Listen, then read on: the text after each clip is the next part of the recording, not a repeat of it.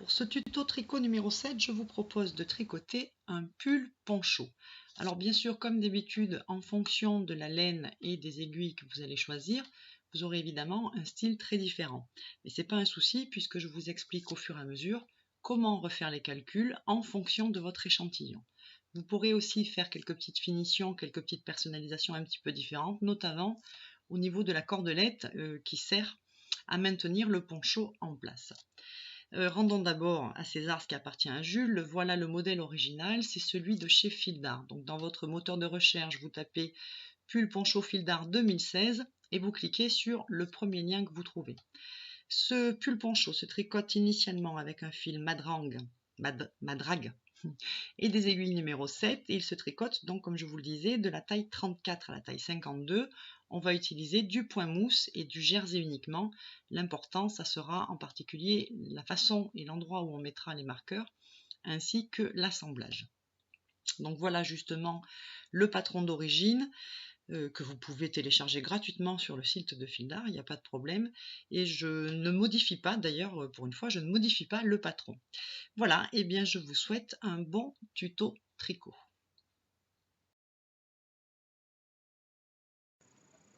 Alors celui-ci, je l'ai tricoté avec un fil qui est de chez Katia, qui s'appelle Technosoft. C'est une pure douceur ce fil. Il me fait penser à un autre fil que je connais, que j'ai déjà utilisé, qui s'appelle Plume de chez Bergère de France ou Beaugency chez Fil d'Art. Voilà, c'est un peu le même type de fil qui est super agréable à porter. Voilà, ce poncho pull que j'ai fait plutôt pull que poncho, j'ai diminué l'encolure, enfin des petites bricoles. Je le porte à même la peau parce que c'est vraiment super. Par contre, pour les débutants, à fuir. À fuir parce que vous n'y verrez rien. Si vous perdez une maille, si vous avez un doute, ça va être une vraie galère. Alors ces pelotes, j'en ai utilisé quasiment 5. Hein, c'est ce qui me reste de la 5e. Je l'ai tricoté en 38-40. Chaque pelote de 50 grammes fait 130 mètres. Elle a un assez bon rendement. Et j'ai tricoté le poncho lui-même avec des aiguilles 4. Et j'ai monté et rabattu les mailles avec des aiguilles numéro 5. J'ai fait une petite customisation un petit peu différente du modèle initial, mais je vous montre à la fin comment j'ai fait, enfin ce que j'ai fait et quel matériel j'ai utilisé.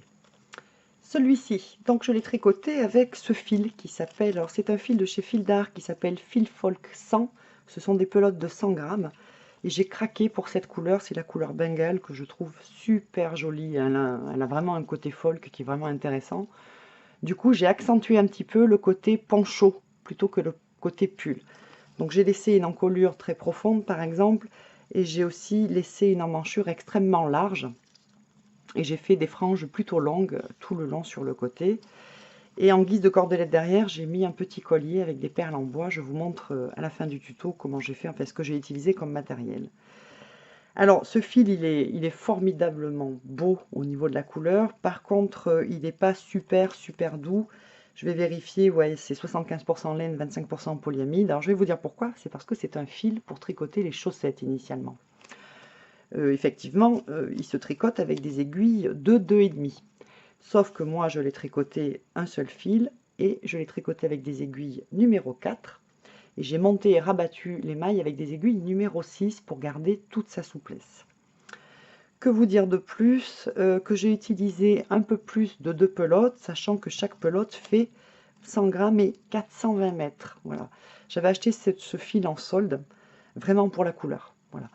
Alors côté douceur, on n'y est pas vraiment. Je pense qu'un bon bain dans un démêlant pour cheveux ou dans un produit spécialement fait pour adoucir la laine en viendra à bout. Je vais voir comment je vais faire. Cela étant, c'est plutôt le côté poncho qui m'intéresse, donc je le porterai par-dessus un vêtement. Donc si c'est pas super doux, ça va pas trop m'inquiéter. Voilà, je suis assez contente du résultat que j'ai obtenu pour le prix de 2 pelotes, même pas et demi, 2 pelotes un quart. À un moment où je les ai achetées en solde, franchement ça valait le coup, il n'y a pas de doute. Du coup, j'ai voulu refaire ce poncho avec cette fois-ci toujours le même fil, un fil Folk 100 de chez Fil d'Art, mais cette fois-ci j'ai choisi le coloris grenade, qui est assez sympa, mais enfin moins quand même que l'autre coloris. Cela étant, cette fois-ci j'ai doublé le fil, c'est-à-dire que j'ai tricoté avec 2 fils en même temps, et j'ai utilisé, je ne me rappelle plus, oui, j'ai tricoté le tout avec des aiguilles numéro 8 et j'ai monté et rabattu les mailles avec des aiguilles numéro 9. Derrière, j'ai fait comme le prévoit le modèle initialement, une petite cordelette. Là, je l'ai faite en e-corde. C'est celle que je vous montre dans le tuto précisément. On va tricoter une e-corde ensemble. Bon, ça a un côté très poncho, nettement plus chaud que l'autre. Déjà, il y a de la laine. Et puis avec 2 fils, forcément, ça le rend plus épais. Je vous ai dit une bêtise tout à l'heure sur l'autre modèle. J'ai pas mis de frange jusqu'au bout. Alors que là, oui. Là j'en ai mis jusqu'en bas. Pour l'autre, je ne l'ai pas fait parce que je voulais absolument garder un maximum de laine coloris bengale pour pouvoir faire autre chose avec. Voilà, c'est ça la vérité. Bon, ben, ouais, sympa. Un truc assez sympa, assez chaud, qui conviendra bien pour carrément la fin de l'automne. Ah oui, si, il faut quand même que je vous dise, j'ai utilisé un peu plus de 2 pelotes aussi. Un peu plus de 2 pelotes aussi, 420 mètres chaque pelote. Alors, le poncho, le pull poncho que je tricote en direct pour faire le tuto, je l'ai tricoté avec un fil de chez Katia qui s'appelle Mali. C'est un fil qui est en coton, ce qui peut être aussi pas mal. Les ponchos, c'est pas que pour l'automne et pour l'hiver, ça peut être aussi pour le printemps et la fin de l'été. J'ai utilisé 9 pelotes pour une taille qui initialement c'était un 38-40, mais je vais vous expliquer ce qui s'est passé. Il s'est passé ce qui se passe assez régulièrement avec moi, c'est qu'au dernier moment, j'ai décidé de tricoter ce fil à tricoter avec des aiguilles beaucoup plus grosses que celles qui sont prévues. Initialement, ce fil Mali se tricote avec des aiguilles 4,5 et moi j'ai tricoté avec des aiguilles 8 et j'ai monté et rabattu les mailles avec des aiguilles numéro 9. Donc il se tricote dans ce sens-là, on part sur du point mousse. Et pour faire l'échantillon, ce que j'ai fait, c'est que j'ai étiré pour gagner en largeur. Et je me suis dit, ça va fonctionner, je bloquerai à la vapeur et donc ça gardera cette forme étirée comme je le veux pour pas que ça fasse trop filet de pêche. Et ça n'a pas fonctionné du tout. Donc déjà d'un point de vue aspect, quand je le porte, c'est plus une robe poncho qu'un pull poncho. Ma fille m'a dit que ça ressemblait à une serpillère, donc la couleur y est aussi pour beaucoup, mais enfin quand même. Il est tout mou, tout flasque, tout moche, hein, faut être très clair.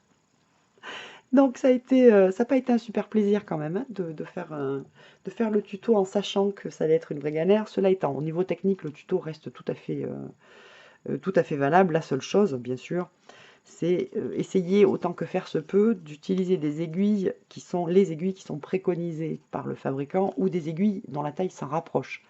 Moi, passer du 4,5 au 8 et espérer qu'un coton tienne au blocage à la vapeur, si j'avais réfléchi 2 minutes, je me serais rendu compte que c'était une bêtise.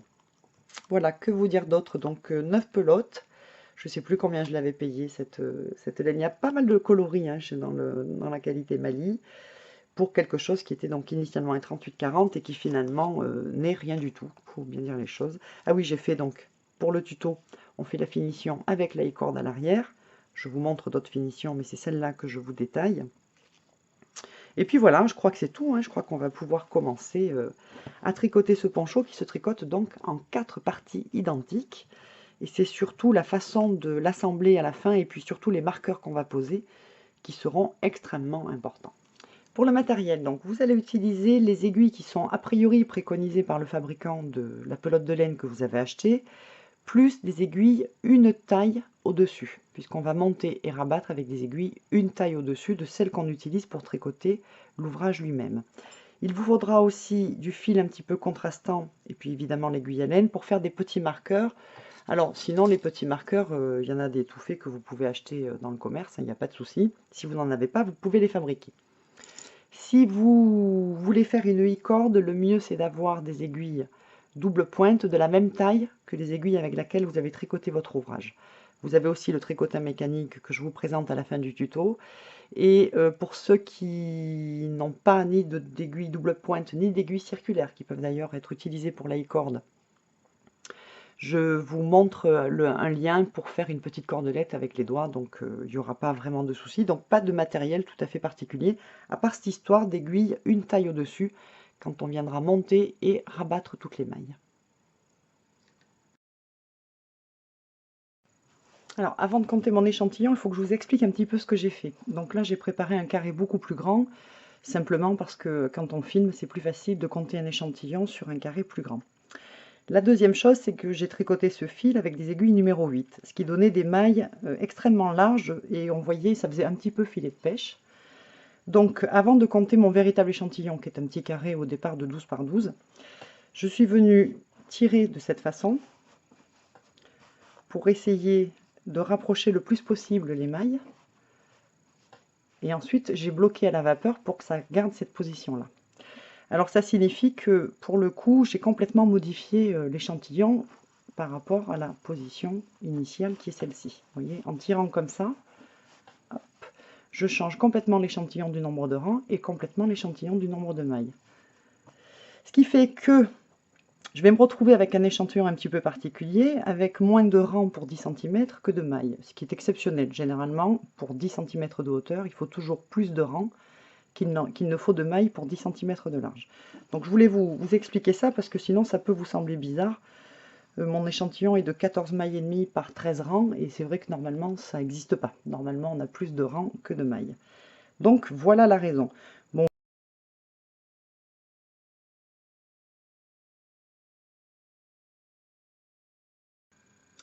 Pour compter le nombre de mailles dont j'ai besoin pour tricoter 10 cm donc en largeur, je vais venir placer mon réglé juste au bord d'une maille. Alors une maille, c'est un V. Vous avez des V un petit peu partout. Et bien vous prenez un V et puis vous vous mettez juste au bord. Et je vais compter le nombre de V, c'est-à-dire le nombre de mailles, jusqu'à 10 cm.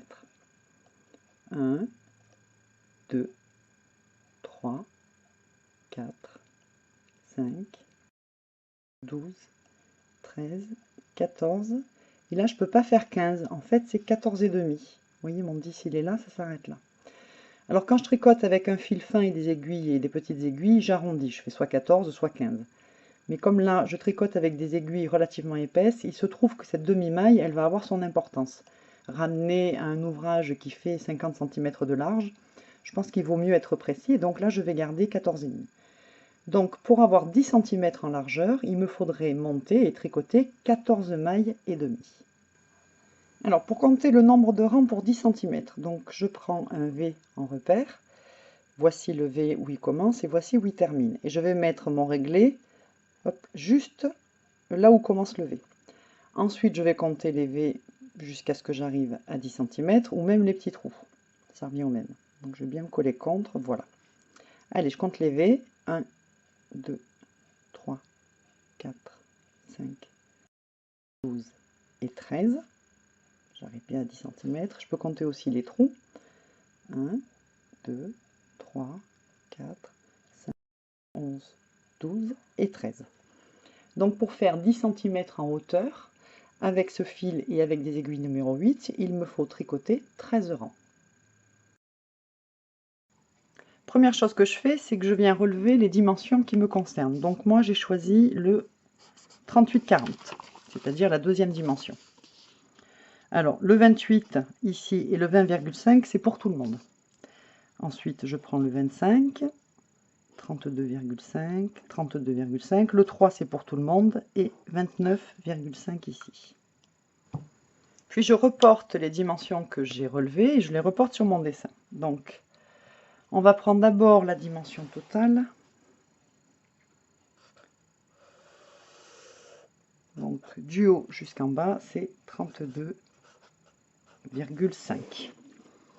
Et vous entendez mon ventre qui grouille ou pas? Non, peut-être pas. Ah, ça c'est le mauvais plan, hein, quand je commence à avoir faim. Et en largeur totale, c'est... Ah ben tiens, j'avais oublié de la noter celle-là. Hop, ici. C'est 53 en ce qui me concerne. 53. Ensuite, je vais rentrer un petit peu dans le détail. Donc, je me mets de ce côté. Je refais les traits. On a une bande ici qui fait 3 cm pour tout le monde. Ensuite, la partie en jersey, c'est 29,5 pour moi. 29,5. Ensuite, ici, on a la partie encolure. Et là, c'est pour tout le monde 20,5. Ensuite, l'autre partie ici, qui fait pour moi 32,5. Sur le haut, alors sur le haut, on a une première partie, on va démarrer de ce côté, qui fait 28 pour tout le monde. Et ensuite, la partie, donc c'est là où vont passer les bras, là, c'est la partie manche, pour moi c'est 25. je divise toutes ces dimensions par 10. 53, ça fait 5,3, 2,8 ici, 2,5. Alors 32,5, eh ben, ça fait 3,25. Je déplace simplement la virgule. 29,5, ça fait 9,95. Le 3, ça fait 0,3. 32,5, ça fait 3,25. Et 20 points, c'est 20,5, oui, ça fait 2,05. On se retrouve avec des chiffres un petit peu bizarres. Voilà. Alors, l'autre chose qui est extrêmement importante, c'est qu'on va venir monter et rabattre les mailles avec des aiguilles plus grosses. Donc, ici, c'est du jersey. Et moi, je le tricote avec des aiguilles numéro 8. Ici, c'est du point mousse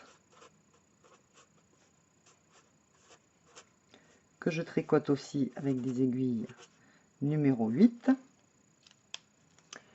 Et donc, ici, ce sont des aiguilles numéro 9. Une taille au-dessus. Et pareil pour monter. Je monterai mes mailles avec des aiguilles numéro 9. Je monte avec des aiguilles numéro 9, je tricote tout en aiguille 8 et je rabats avec des aiguilles numéro 9. Alors je vais maintenant calculer combien de mailles je vais monter et combien de rangs je vais venir tricoter. Donc la première chose, c'est que je note ici mon échantillon. 14,5 fois 13. Ce qui est assez étonnant. C'est rare d'avoir moins de rangs pour 10 cm que... Enfin bon, bref. Oui, c'est que j'ai un petit peu tiré sur l'échantillon en longueur avant de le bloquer. C'est sans doute pour ça. Donc moi, il me faut 14 mailles et demi pour faire 10 cm et 13 rangs pour faire 10 cm. Donc vous notez ici votre propre échantillon que vous avez compté. Et puis maintenant, on va venir noter le nombre de mailles et de rangs qu'il faut monter et tricoter. Alors on va commencer par le nombre de mailles à monter au départ en tout, pour faire 53 cm en ce qui me concerne. Donc je prends mon 5,3 et je le multiplie par 14,5. Ah, elle n'est pas en route. Donc j'ai dit 5,3 que multiplie 14,5. Ça me fait 76,85. Je note, j'arrondis à 76. Donc vous arrondissez. Ça peut être pair ou impair, ça n'a pas tellement d'importance. Sur la hauteur totale, donc je vais prendre 3,25 que je vais multiplier cette fois-ci par 13, qui est le nombre de rangs pour 10 cm, fois 13. 42,25, donc 42. Alors on va faire le détail ici, donc 3 cm, on devrait normalement le multiplier par 13 pour avoir le nombre de rangs. Sauf qu'on est en point mousse, et que le point mousse monte beaucoup moins vite que le jersey. C'est-à-dire qu'il me faudra plus de rangs en point mousse qu'il ne m'en aurait fallu en jersey. Donc si vous voulez, on peut faire l'essai. 0,3 fois 13, ça fait 3,9. En réalité, il m'en faudra 6 rangs. Donc moi, ce que je vous propose de faire, c'est de mettre d'office soit 4, soit 6 rangs en fonction de la largeur que vous souhaitez. Utiliser l'échantillon du jersey pour du point mousse, en hauteur, en tout cas, ça n'a pas de sens. En largeur, oui, mais en hauteur, ça n'a pas de sens. Donc, si j'ai 42 rangs ici et que j'en utilise 6 pour faire le point mousse, il me restera donc 36 rangs à tricoter en jersey. Alors, ce qu'on va calculer maintenant, c'est l'encolure. Donc, pour tout le monde, c'est 20,5. Il se trouve qu'on viendra mettre un petit marqueur, ici et ici. Donc 20,5, je fais 2,05 fois 14,5. 2,05 fois 14,5. Ça fait 29,725. Donc je vais mettre 29 mailles. Où est-ce que je vais l'écrire? Je vais l'écrire ici. Il faut bien que je change de couleur, hein. Donc 29 mailles. Hop. Si j'en ai 76 au départ, et que j'en ai 29 juste pour l'encolure, 76 moins 29, j'aurai donc de ce côté 47 mailles. Alors pour le haut, ce qu'on va faire, c'est qu'on va prendre le 28 cm, puisque c'est pour tout le monde pareil, et on va voir combien de mailles ça fait. Donc 2,8 fois 14,5, 40,6, je vais faire 40. Donc ici j'ai 40 mailles. Et si j'en avais 76 au départ et qu'il y en a 40 ici, ça veut dire que de ce côté, j'en ai 36. Il se trouve que là, donc c'est là où les bras vont passer et on viendra poser aussi un marqueur. Donc je le marque en rouge. Alors pour que ce soit plus simple, pour expliquer comment on fait et puis comment le monter à la fin, j'ai refait un schéma sur, j'en ai fait 4 en fait, et je vous conseille vivement de faire pareil, enfin sauf si vous avez une bonne vision dans l'espace, mais moi c'est pas du tout le cas. Et on va venir reporter les dimensions sur ces petits schémas qu'on a fait en plus. Je cherche, voilà.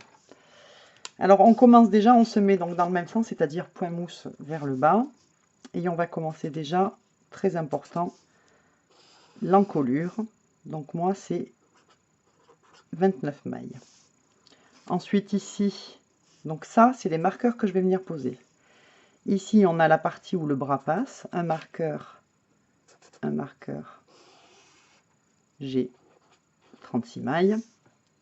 Ici j'en ai 40, ici j'en ai 47, ici en point mousse j'en ai 6, et en jersey j'en ai 36. Et j'en fais une deuxième, exactement la même. Hop, je passe devant, voilà. Je refais exactement la même chose, je n'ai rien oublié, tac, non c'est bon. Donc je refais le même. Et on n'oublie pas de mettre un petit peu de fluo pour se rappeler qu'il faut absolument monter et rabattre les mailles avec des aiguilles plus grosses. Et cela, je les mets de côté et je vais en prendre deux autres. Et alors c'est là où il y a l'astuce, c'est que on va prendre le même nombre de mailles et tout, mais on ne va pas mettre les marqueurs au même endroit. Alors je vous montre. Ici, mon encolure, elle est au début. Je vais mettre un marqueur à la première maille et un marqueur à la 29e maille. Je vais faire la même chose, mais cette fois-ci en partant de la fin.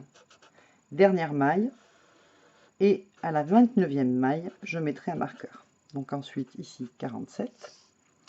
Là, le 36. Ça, c'est pour les bras. Je vais faire la même chose, mais je vais le mettre à l'opposé, c'est-à-dire juste au-dessus de l'encolure.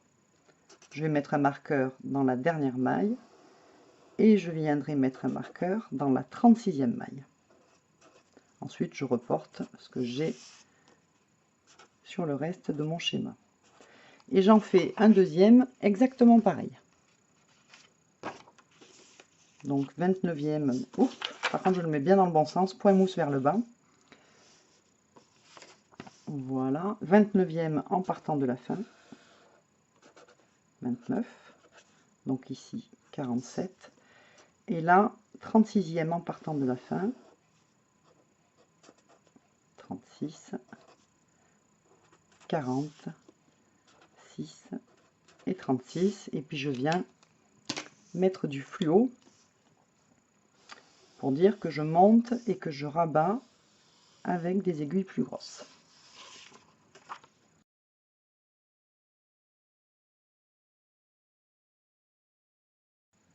Pour monter mes mailles, je vais garder du fil perdu. Alors j'ai l'habitude de garder 2 fois la largeur de l'ouvrage, donc 2 fois 53 cm, donc là je le fais au pifomètre, hein, plus 3 fois la hauteur de ce que j'aurai à coudre. Donc ici 32, donc je fais 3 fois 32. J'ai mon fil perdu, je fais maintenant un nœud coulant, c'est-à-dire un nœud qui se défait quand on tire dessus. Et ça constituera ma première maille. Je vais donc monter 76 mailles en tout. Alors j'ai préparé des petits marqueurs parce que quand je monte les mailles, j'ai l'habitude de mettre un marqueur toutes les 10 mailles, histoire de ne pas avoir à tout recompter pour savoir où j'en suis. Ensuite, je prends bien mes grosses aiguilles pour monter avec des aiguilles, bon moi c'est une taille au-dessus, ça pourrait être une demi-taille, enfin il vaut mieux une taille au-dessus. Je glisse mon nœud coulant sur l'aiguille et ça fait donc ma première maille. Fil qui mène à la pelote d'un côté, fil perdu de l'autre, et je monte. Donc là j'ai mis en ligne une vidéo pour monter les mailles, hein, si vous voulez plus de détails. Donc je compte au fur et à mesure, 3, je ne serre pas trop, 4, 5, 6, 7, je vous remontre, 8, 9 et 10. Je contrôle. Alors 2, 4, 6, 8, 10 et je passe un marqueur. Les marqueurs, vous pouvez les faire avec un fil un peu contrastant. Donc ce marqueur, vous voyez, il est libre, il est monté sur l'aiguille. Ça veut dire que dès que je tricoterai mon premier rang, je les enlèverai. Et je continue à compter jusqu'à ce que j'arrive à avoir monté 76 mailles. 2, 3, 5 et 6. Voilà, j'ai monté mes 76 mailles. 10, 20, 30, 40, 50, 60, 70, plus 6, 76. Alors j'ai l'habitude de rouler le bas de mon fil perdu, histoire de ne pas le confondre avec le fil qui mène à la pelote, et de ne pas tricoter avec ça pour être obligé de tout défaire après. Donc je fais un petit nœud, voilà. Ok. Voilà comment ça se présente. Donc ces marqueurs-là, pas d'inquiétude, en tricotant le premier rang, je vais les faire tomber. Maintenant, il va falloir que je place les marqueurs pour l'encolure. Donc pour ça, je vais prendre du fil contrastant. Donc là, j'aurai besoin pour l'instant de 2 bouts de fil contrastant et une aiguille à laine que j'ai pas préparée à l'avance, bien sûr. Où est-ce qu'elle est? Elle est là. Tchac. Donc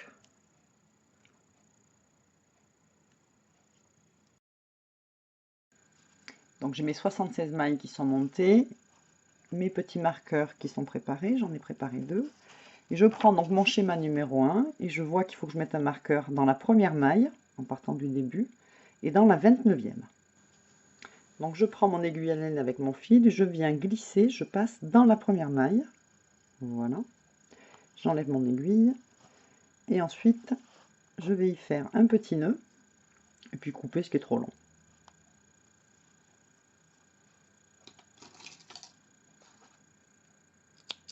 Voilà. Et je vais faire la même chose dans la 29e maille. Donc là, j'en ai 6. Plus 10, 16. Plus 10, 26. Alors je vais écarter un petit peu, sinon on ne va pas y arriver. Donc 6, 16, 26, 27, 28, 29. Et je passe dans la 29e. Voilà. Et je mets mon marqueur, un petit nœud. Et je découpe ce qui dépasse. Alors j'ai 6 rangs de points mousse à tricoter. Donc première chose, mes marqueurs que je viens de mettre, eux, ils vont pas bouger, ils sont pris dans les mailles. Et les autres, je les ferai tomber au fur et à mesure puisque j'en ai pas besoin. Deuxième chose, vous pensez bien à prendre vos aiguilles plus petites, c'est-à-dire celles avec laquelle vous allez tricoter le point mousse et le jersey. Donc moi des aiguilles 8, et d'ailleurs là c'est des 7, je me suis trompée d'aiguille, les voilà. Ok. Ensuite, le point mousse, c'est facile, c'est toujours, toutes les mailles sont tricotées à l'endroit. Que ce soit sur l'aller ou sur le retour, les mailles sont tricotées à l'endroit. Chaque fois que vous avez le fil perdu, qui est du même côté que le fil qui mène à la pelote, c'est que vous êtes sur l'endroit du travail. Alors l'endroit du travail, c'est la partie visible, la jolie partie du pull. Moi, j'appelle ça l'aller et j'appelle ça aussi les rangs impairs. Donc chaque fois que le fil perdu est à l'opposé du fil qui mène à la pelote, vous êtes sur l'envers du travail, c'est-à-dire la partie du pull qu'on ne voit pas quand on le porte, que j'appelle retour et qui est toujours un rang pair. Alors on commence le premier rang au point mousse, donc j'ai bien changé l'aiguille et je vais tricoter toutes mes mailles de ce rang aller, de ce rang numéro 1 à l'endroit. Je vous montre quand on arrive au marqueur ce qui se passe. Voilà, et bien simplement je le fais tomber, voilà, et je continue.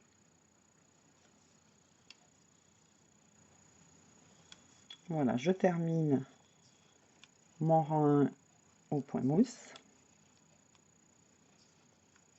Ok, donc j'ai fait tomber tous mes marqueurs, voilà.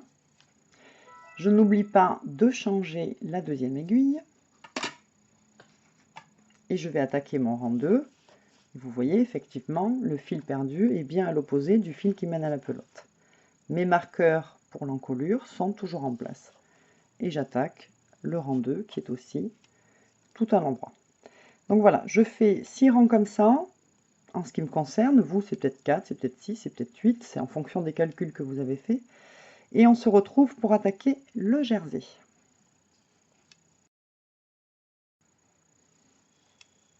Je termine mon 6e rang de point mousse. Voilà. On va regarder un petit peu ce que ça donne.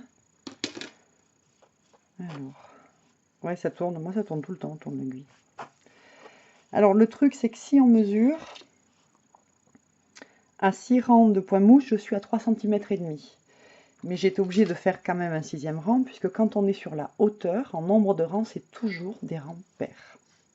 Voilà, donc je vais bien attaquer. Mon prochain rang sera bien un rang droit. Mes marqueurs d'encolure sont bien restés en place, il n'y a pas de souci. Et je vais maintenant passer à la partie jersey. Pour la partie jersey, je reste avec les mêmes aiguilles et je vais donc tricoter en ce qui me concerne 36 rangs. Alors vous voyez, quand je tricote comme ça et que c'est tout droit, j'ai l'habitude de noter le nombre de rangs que je fais pour que les autres parties aient le même nombre de rangs. Ce que je voulais vous dire aussi, c'est que vous pouvez mesurer au fur et à mesure. Donc moi, je dois tricoter 36 rangs parce que je dois avoir une hauteur de 29,5. Donc ce que je fais, c'est que je peux aussi mesurer au fur et à mesure de mon tricotage. Et quand j'ai 29,5 cm de jersey, donc 32,5 en tout, je m'arrête. La seule chose, c'est qu'il faut bien penser à noter le nombre de rangs pour que la fois d'après, sur la deuxième partie, je fasse exactement la même chose. Donc, mêmes aiguilles, 36 rangs en jersey. Alors le jersey, c'est un point aussi qui est assez basique. Tous les allées, donc chaque fois que je suis sur l'endroit du travail, c'est-à-dire tous les rangs impairs, je tricote toutes les mailles à l'endroit. Voilà, donc l'allée, j'ai tricoté toutes les mailles à l'endroit. Ok, et donc sur tous les retours, c'est-à-dire sur l'envers du travail, c'est-à-dire sur tous les rangs pairs, donc là on le voit, le fil perdu est à l'opposé du fil qui mène à la pelote, et bien sur tous les retours, je tricote toutes les mailles à l'envers. Et je répète ces deux rangs jusqu'à ce que j'ai fait 36 rangs en tout. Et puis on se retrouve avant de rabattre pour poser les marqueurs.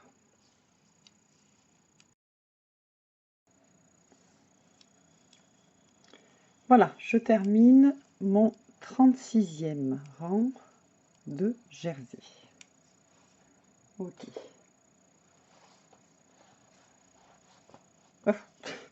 C'est carrément souple, hein, avec des aiguilles aussi grosses. Alors, la partie où les bras vont passer est juste en face de la partie encolure où on a déjà mis des marqueurs. Voilà, ici. Donc je vais mettre un marqueur sur la première maille et sur la 36e maille. En partant donc du début, hein, c'est-à-dire de la partie où je suis supposée tricoter. Première maille, 36e maille. Alors j'ai mis mon marqueur sur la première maille en début de rang. Et là je mets mon dernier marqueur, mon deuxième marqueur pour le haut, sur la 36e maille. Donc vous mettez le marqueur sur le numéro de maille qui correspond à vos propres calculs. Ok, voilà. Je coupe un peu ce qui dépasse. Donc maintenant, il nous reste à rabattre. Et à rabattre en utilisant, bien sûr, hop, la bonne taille d'aiguille, c'est-à-dire la même que celle qu'on a utilisée pour monter les mailles. Alors je prends bien la bonne aiguille pour rabattre. Et pour rabattre une maille, il faut d'abord en tricoter deux. Donc moi, je rabats en tricotant toutes les mailles à l'endroit. J'ai tricoté 2 mailles, je prends l'avant-dernière et je la passe par-dessus la dernière maille tricotée. Je tricote une deuxième maille et je rabats par-dessus. Voilà, je fais ça tout le long. Et on se retrouve à la fin pour voir ce qu'on fait de la dernière boucle qui nous reste. Je termine de rabattre mes, je sais plus, 76 mailles. Voilà, je rabats la dernière. J'écarte la boucle et je passe carrément la main dedans. Voilà, comme ça c'est sécurisé. Ensuite, je vais garder suffisamment de fil perdu pour venir faire cette couture qui se situe donc juste en dessous du bras, de la place où va passer le bras. Donc 2 fois 28 cm, et 28 cm c'est 28 pour tout le monde, donc autant dire 2 fois 30. Voilà. Je coupe et je passe le fil que je viens de couper dans la boucle. Voilà, je tire. Ok. Maintenant c'est sécurisé, je peux enrouler pour pas qu'ils viennent me gêner après. Et on va regarder un petit peu ce que ça donne. Donc voilà, sur cette pièce là qui est terminée, j'ai en bas du point mousse avec les marqueurs. Et en haut, j'ai 2 marqueurs aussi. Donc là, on vient de faire la pièce numéro 1. Donc il va tout simplement falloir faire la pièce numéro 2 qui est strictement identique à la première. Je monte, en ce qui me concerne, dans mes calculs, j'ai trouvé que je montais 76 mailles avec une aiguille numéro 9, que je venais placer un marqueur dans la première et dans la 29e maille. Ensuite, je tricote 6 rangs avec mes aiguilles numéro 8 en point mousse, puis 36 rangs avec mes aiguilles numéro 8 en jersey. Et avant de rabattre, je pose un marqueur dans la première maille en début de rang et dans la 36e maille. Ensuite, je rabats avec des aiguilles numéro 9, les mêmes que j'avais utilisées pour monter les mailles au départ. Voilà, donc une deuxième pièce strictement identique à la première. Alors maintenant, on va venir faire la pièce numéro 3 et la pièce numéro 4, sachant que la 3 et la 4 sont strictement identiques. Donc toujours 76 mailles à monter, mais on va voir qu'on ne va pas poser les marqueurs au même endroit sur le premier rang et sur le dernier rang avant de rabattre. Pour la pièce numéro 3, et ça sera pareil pour la pièce numéro 4, on n'oublie pas que notre encolure est là où on a fait un trait rouge, et le passage des bras est là où on a fait un trait rouge. C'est-à-dire là où il y a écrit pour moi 29 mailles, et là où il y a écrit 36 mailles pour moi, c'est-à-dire le même nombre de mailles que pour la pièce 1 et la pièce 2, sauf que ces mailles-là ne sont pas au même endroit. Je vous montre. Pour la pièce 1 et la pièce numéro 2, on était venu mettre, juste après avoir monté les mailles, des marqueurs sur la première et la 29e maille, à chaque fois. Et bien ici, on va venir faire un marqueur, mettre des marqueurs sur la dernière et la 29e maille en partant de la fin. Donc c'est bien 29 mailles aussi, puisque c'est aussi l'encolure, donc c'est le même nombre de mailles que sur la pièce 1 et 2. Mais au lieu de partir du début, on va partir de la fin. Donc première et 29e maille en partant de la fin. Donc je glisse mon marqueur dans la première maille en partant de la fin. Je coince donc le fil dans la maille, comme tout à l'heure. Pour le deuxième marqueur, je vais compter 29 mailles avant la fin. Après, enfin, à partir de la fin, je veux dire. Donc là, j'ai 10, 20, 30. Donc 20, 22, 24, 26, 28, la 29e est ici. Ah, les nœuds et moi, hein, c'est toujours un vrai gag. Voilà.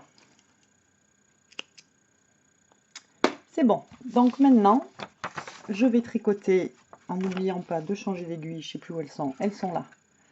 Voilà, moi c'est le numéro 8. Je vais tricoter mes 6 rangs de point mousse. Je termine mon 6e rang de point mousse. Hop. Voilà. Et je passe maintenant à 36 rangs de jersey. Et puis on se retrouve à la fin pour venir mettre le marqueur. Donc là, je vous le remonte, le marqueur. Ah, ça a tourné dans tous les sens.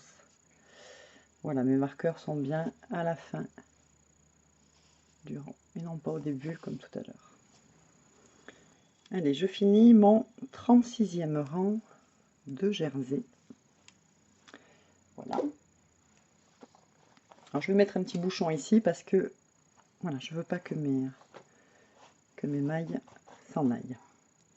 Je vais préparer mes 2 marqueurs et puis on voit où on les pose. Alors voici le début de mon rang et de ce côté-là c'est la fin de mon rang. Donc je vais venir poser un marqueur sur la dernière maille, ici, et un autre à la 36e maille en partant de la fin. Ok, donc maintenant je vais rabattre mes 76 mailles, mais je ne vais pas oublier d'utiliser ma grosse aiguille pour ça. En l'occurrence, moi, c'est l'aiguille numéro 9. Allez, je commence à rabattre. J'ai 2 mailles sur cette aiguille, j'en rabats une par-dessus l'autre, j'en tricote une, j'en rabats une, etc. Alors là, je vais aller jusqu'à la fin, Et la seule différence qu'il y aura par rapport à la pièce numéro 1 et 2, c'est que quand j'aurai fini de rabattre ce rang, et ça sera pareil pour la pièce numéro 4 d'ailleurs, je ne vais pas laisser beaucoup de fil perdu parce que j'ai déjà suffisamment de fil perdu sur la pièce 1 et 2 et au début de cette pièce-là pour faire toutes mes coutures. Donc là, j'aurai besoin de 15-20 cm de fil perdu, juste assez pour pouvoir rentrer le fil sans être trop embêté. Voilà, donc je finis de rabattre les mailles de la pièce numéro 3. Hop. Et donc ce que je vous disais, c'est qu'on a suffisamment de fil perdu pour les coutures. Donc sur la pièce numéro 3 et numéro 4, quand on rabat, on va garder juste une quinzaine de centimètres de fil perdu, ça sera suffisant. On a besoin d'une petite longueur pour pouvoir le camoufler tranquillement. Alors la pièce numéro 4, elle sera strictement identique à la pièce numéro 3. Donc on monte, en l'occurrence pour moi, 76 mailles avec les aiguilles numéro 9. Avant de commencer à tricoter, on met les marqueurs en partant de la fin du rang. Donc moi c'est 29 mailles, donc la dernière maille est 29 mailles, la 29e maille pardon, en partant de la fin. J'oublie pas de changer d'aiguille, je passe au numéro 8 en ce qui me concerne, je fais mes rangs de point mousse, tous mes rangs de jersey, et avant de rabattre, je viens marquer la dernière maille hop, de ce côté, et la 36e en partant de la fin, puis je rabats en utilisant les grosses aiguilles. Je laisse juste un peu de fil perdu, alors que pour démarrer, je laisse le même fil perdu que pour la pièce 1 et 2, ça sera la même chose. Voilà, donc je termine du coup, enfin je vais faire ma pièce numéro 4, et la pièce numéro 2 d'ailleurs, parce que je ne l'ai pas faite non plus, et puis on se retrouve après pour les coutures, pour l'assemblage. Allez, on continue l'atelier papier, parce que là, pour vous expliquer pour les coutures, il faut que je vous montre déjà comment votre ouvrage va être fait. Comment on va assembler ces 4 parties qu'on vient de tricoter. Donc souvenez-vous, ici, là où j'ai moi 29 mailles et j'ai fait un grand trait rouge, enfin un petit trait rouge plus exactement, l'autre est plus grand, c'est là où passe la tête, c'est l'encolure. Et là où j'ai 36 mailles, où j'ai fait aussi un trait rouge qui est plus long, forcément, c'est là où on passe les bras. Donc voilà comment ça va se passer. On va mettre toutes les encolures les unes en face des autres.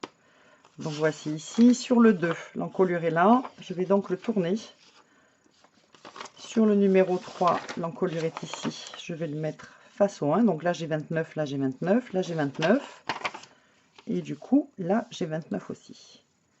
Donc les bras passeront ici et ici, et la tête passera ici. Alors là, c'est pas super visible tout de suite, mais en fait, cette encolure, ça va venir faire un V devant, et vous aurez aussi un V dans le dos. Voilà. Et ces parties-là vont être repliées de cette façon, n'est-ce pas? C'est comme ça que vous passerez les bras d'un côté et de l'autre. Alors parlons couture maintenant. On va faire 3 types de couture, une couture invisible, une couture au point arrière et une couture, j'allais dire, un peu un mélange des deux. Donc vous avez déjà en ligne des tutos très précis que j'ai fait donc sur la couture invisible et sur la couture au point arrière, mais je vais quand même vous montrer le principal. Alors déjà, ce qu'il faut comprendre, c'est que ici, là, là et là, souvenez-vous, vous avez votre point mousse. Et on a tricoté l'ouvrage en partant du point mousse et on a rabattu en haut. Donc là, on est parti du point mousse ici. En fait, c'était comme ça initialement, hein. Ici, pareil, on est parti du point mousse et on a tricoté dans ce sens-là. Et là, pareil, on a commencé par du point mousse et on a tricoté dans ce sens-là. Ce qui fait que sur ce bord-là, c'est-à-dire sur les épaules, on va venir coudre, assembler des rangs face à des rangs. Du coup, pour cette partie-là, comme ça, et pareil en face, on va utiliser la couture invisible. Pour assembler le point mousse, les points mousse les uns en face des autres, donc du bas du pull jusqu'à l'encolure de devant et du bas du pull jusqu'à l'encolure, donc le V qu'il y a dans le dos, on va utiliser une couture qui tient à la fois, qui est pas tout à fait une couture invisible, mais presque, on va dire ça comme ça. Pour assembler les bords, donc sous les bras, ce qu'on appelle ça les côtés du pull, ce bas-là va venir s'assembler avec celui-là, de cette façon. Ça c'est devant et ça c'est derrière. Donc là, comme on a des mailles, puisqu'on a rabattu des mailles ici, ici, là et là, et bien ici, on va venir faire la couture au point arrière et on s'arrêtera évidemment au marqueur pour laisser le passage des bras. Pareil de ce côté. Ici aussi, c'est le passage des bras, ici aussi. Donc les coutures au point arrière vont se faire là où moi j'ai écrit 40 mailles. On va commencer par la couture invisible, c'est-à-dire qu'on va venir coudre ce qu'on appelle les épaules. Alors je vais d'abord assembler la pièce numéro 1 avec la pièce numéro 4 et la pièce numéro 3, ensuite la pièce numéro 3 avec la pièce numéro 2. Ma pièce numéro 4 c'est celle-là, donc sur le point mousse je repère bien la partie de l'encolure. L'encolure on la distingue par rapport au passage des bras où on avait mis les marqueurs ici, je trouve le deuxième et ici, parce que l'encolure est côté point mousse. Donc voilà ma pièce numéro 4 et ma pièce numéro 1, le point mousse, l'encolure, alors qu'en face c'est vers le jersey et ça sera le passage des manches. Donc l'objectif, ça va être de faire une couture en point visible, toute cette partie-là, donc toute l'épaule. On va utiliser, alors moi j'ai du fil perdu du côté du point mousse, donc je vais partir d'ici et remonter par là. Pour que ce soit plus simple pour moi, je vais être obligée de tourner mes pièces pour travailler correctement, sinon je ne vais pas y arriver. Pour venir faire une couture invisible, on va venir travailler à une maille du bord. Donc celle qui est tout au bord, elle est toute moche, elle est toute retournée, vous la trouvez des deux côtés. C'est aussi un empilement de petits V, et on va venir travailler juste après cette maille lisière qu'on appelle maille lisière. On va venir chercher un petit barreau qui est juste après la maille lisière et juste avant la maille précédente, ici. Pareil de l'autre côté, donc j'ai la maille lisière qui est toute moche, toute retournée, ben juste après j'ai un petit barreau. Donc c'est sous ces barreaux là qu'on va venir passer notre aiguille. Là où on a du point mousse, on va être obligé d'utiliser la première boucle qu'on trouve après le bord. Voilà. Donc, mon fil perdu avec lequel je vais faire la couture, il se trouve de ce côté. Donc, j'utilise une aiguille à laine, donc avec un bout qui est relativement rond, et bien sûr un gros chat pour que le fil puisse passer correctement. La première chose que je vais faire, c'est que je vais venir réunir cette partie avec celle-là. Donc, moi, je démarre ici, et je vais venir chercher l'angle en face pour les réunir. Pas toujours facile à trouver l'angle d'ailleurs. Voilà, je ne tire pas le fil à fond. Ensuite, je vais venir de ce côté et je vais essayer de trouver, alors pas la toute première boucle qui est carrément moche, mais celle qui est juste après. Je passe dessous. Et alors là, évidemment, mon point mousse est très lâche parce que j'ai utilisé de très grosses aiguilles et un gros fil. Pareil en face, je reviens de ce côté. Je ne prends pas la plus moche, celle-là a l'air de tenir. Bref, quoique, je vais venir ici. Et je vais comme ça de boucle en boucle. Une boucle d'un côté, une boucle de l'autre. Après, quand on va passer à la partie jersey, ça sera quand même nettement plus simple. Et une dernière boucle ici. Voilà, donc j'ai déjà fait juste quelques centimètres, mais vous voyez, j'ai pas tiré le fil. Donc je vais venir tenir un petit peu ici, et je vais maintenant tirer mon fil, froncer légèrement, et puis défroncer pour le remettre d'aplomb. Voilà. Maintenant, je vais attaquer, hop, la partie jersey. Donc ma maille lisière est ici, et juste après, si vous écartez un peu, vous trouverez un petit barreau. Pareil plus haut. Et en face, c'est la même chose. Alors la maille lisière qui est parfois vraiment très moche, c'est-à-dire que les deux brins sont quasiment séparés, hein, alors qu'ici, ils sont déjà un peu plus jolis. Et bien juste après ce côté pas très joli, vous avez un petit barreau. Donc je suis de ce côté, je viens chercher, ah ben j'en ai un là, tiens, j'en ai un premier qui est ici, je viens chercher le premier petit barreau après la maille lisière. Je tire le fil, mais pas trop.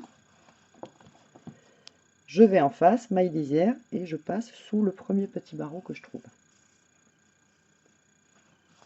Je reviens en face, petit barreau, je passe dessous. En face, pareil, petit barreau, je passe dessous. Et alors, ce que je peux faire éventuellement, au lieu de venir prendre juste un petit barreau, je peux venir en prendre deux. Mais si je prends deux petits barreaux d'un côté, je prends bien deux petits barreaux de l'autre. Et je continue comme ça sur quelques centimètres. Alors pas trop non plus, parce que plus vous en ferez, plus ça sera difficile de tirer le fil sans le casser. Ou en tout cas sans froncer trop l'ouvrage. Voilà. Donc là, vous voyez, j'ai démarré ici, je m'arrête là. Je viens tenir là où j'ai démarré ma couture invisible. Et, attendez, je recommence. Et je tire. Je tire, je fronce et je remets correctement. Voilà, vous voyez, la couture, elle ne se voit plus du tout. Donc je vais continuer comme ça jusqu'en haut. Donc je suis de ce côté, maille lisière, je cherche deux. En l'occurrence, moi je prends 2 barreaux, mais vous pouvez n'en prendre qu'un. Je vais en face, 1, 2 barreaux. Je reviens de ce côté, 2 barreaux. Et je vais continuer comme ça jusqu'en haut. Alors faites 3-4 cm. Et après, vous venez tirer votre fil. Voilà. Et vous faites ça en 5 ou 6 fois, il n'y a pas de problème, il faut prendre son temps. Je tiens bien ici. Je tire le fil, je viens froncer légèrement et je remets tout en place. Et vous voyez, la couture ne se voit pas. J'arrive sur la fin de ma couture invisible et ça va être un petit peu plus délicat parce que vous voyez, les mailles sont carrément très lâches au bout. Donc là, je vais prendre un barreau par barreau. Et sur la fin, c'est un peu plus système D. On essaye de faire... En plus, il y a les marqueurs qui viennent m'embêter. On pourrait les enlever, les marqueurs, à ce stade-là. On a bien repéré l'encolure, c'est côté point mousse, donc il n'y a pas de souci. Mais bon, dans le doute... Alors là, j'arrive vraiment au dernier moment. Donc l'objectif, ça va être de venir finir ma couture invisible et donc de rassembler ces deux-là. Donc ici, j'ai plus de petits barreaux. Si j'en ai un juste à la base, là, dis donc, qui se voit à peine. Et de ce côté, voilà. Donc je tire. Bon, là, il n'y a pas besoin de froncer, c'est bon. Je vais les enlever, moi, les marqueurs, parce que ça va venir nous embêter, là. Vous pouvez les laisser, si ça vous aide. Toujours mes super ciseaux, il n'y a pas... Et donc maintenant, je vais rentrer en face et passer derrière l'ouvrage. Puisqu'il va falloir que je camoufle ce fil-là avec lequel j'ai cousu, plus celui que j'ai laissé, le fil perdu, les 15 cm que j'avais laissé. Donc je vais retourner mon ouvrage. Hop, voilà. Donc là, ce que je fais, c'est que je viens bien rassembler les deux parties et sécuriser en faisant un petit peu du surplace, quasiment. Hop. C'est celui-là qu'il faut que je tire. Et maintenant, je vais venir faire courir de part et d'autre du petit bourrelet, c'est-à-dire, en fait, c'est la couture invisible, c'est les 2 mailles lisières que j'ai rentrées à l'intérieur grâce à ma couture invisible, ça fait un petit bourrelet. Et bien, vous passez de part et d'autre, vous la traversez sans passer sur l'endroit de l'ouvrage pour pas que ça se voit. Voilà, vous faites quelques centimètres. Et ensuite, on sécurise en faisant presque du surplace pour que le point ne se défasse pas. Ok, et moi j'ai l'habitude de faire courir un petit peu le fil sur la tranche. Hop. Voilà. Et avant de le couper, je vais vérifier quand même que tout va bien. Tout va bien. Et ensuite, je coupe. Je vais venir camoufler le fil perdu qu'il y a. Mais avant de camoufler, je regarde un petit peu ce qui ne va pas. Au début et à la fin des coutures, c'est toujours un petit peu le bins. Là, vous voyez, ça fait... Attends, je vais mettre peut-être comme ça. Ça sera peut-être mieux. Voilà. C'est pas très joli, là. Donc, grâce à ça, je vais essayer de venir camoufler le fil et en même temps rentrer cette pointe qui dépasse. Pour venir rentrer cette pointe qui dépasse, je vais simplement la rentrer vers l'intérieur. Donc ça c'est le joli, l'endroit de l'ouvrage, et là on est sur l'arrière. Je le rentre à l'intérieur. Comment faire pour que vous y voyez en même temps que je puisse y voir aussi. Voilà, et j'en profite pour piquer dans cette boucle et piquer dans le petit bourrelet. Comme ça, quand je vais tirer, vous voyez, ça rentre la boucle vers l'intérieur qu'on ne voit plus de l'autre côté. Et là, je camoufle. Donc je commence par sécuriser en faisant presque du surplace. Et ensuite, je traverse. Voilà, je fais quelques centimètres. Je vais peut-être aller un tout petit peu plus loin que le fil précédent. Alors, c'est toujours un peu le souci. On essaye toujours de camoufler. C'est beaucoup plus simple de camoufler les fils perdus dans les coutures. Sauf que quand on en a beaucoup à camoufler, 2, 3, 4, 5, ça fait des surépaisseurs. Donc, il faut essayer de répartir un petit peu les choses. Sinon, ça fait trop de surépaisseur au même endroit. Là, je fais un petit peu du surplace pour bien sécuriser mon point, pour pas qu'il parte au lavage. Et ensuite, je fais courir dessus. Donc, voilà, je passe juste quelques mailles comme ça. Voilà. Je fronce légèrement. Je coupe et je remets comme il faut. On regarde. Voilà, donc la couture invisible est terminée, le bord est à peu près net. Là où peut-être c'est le moins chouette, mais moi, chez moi c'est habituel, c'est côté point mousse.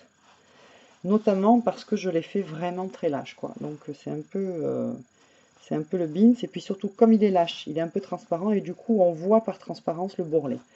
Pas d'inquiétude, c'est au niveau de l'épaule, c'est au niveau de... Mon cou sera ici, donc ouais, c'est pas quelque chose qui se verra énormément. Donc là, j'ai assemblé la pièce 1 et la pièce 4. Il faut faire exactement la même chose avec la pièce 2 et la pièce 3. Voilà, donc je vais faire la même chose avec la pièce numéro 2 qui est ici, avec l'encolure côté point mousse, une longueur de fil perdu avec laquelle je vais faire la couture, et la pièce numéro 3, me semble-t-il, qui est de ce côté, avec l'encolure côté point mousse. Et je vais venir assembler en point mousse jusqu'ici. Ensuite, je camouflerai le fil avec lequel j'ai fait la couture et je camouflerai le deuxième fil en essayant de réparer un petit peu le côté très mou, très lâche du bord de mon ouvrage. Donc je fais exactement la même chose que pour les deux pièces précédentes.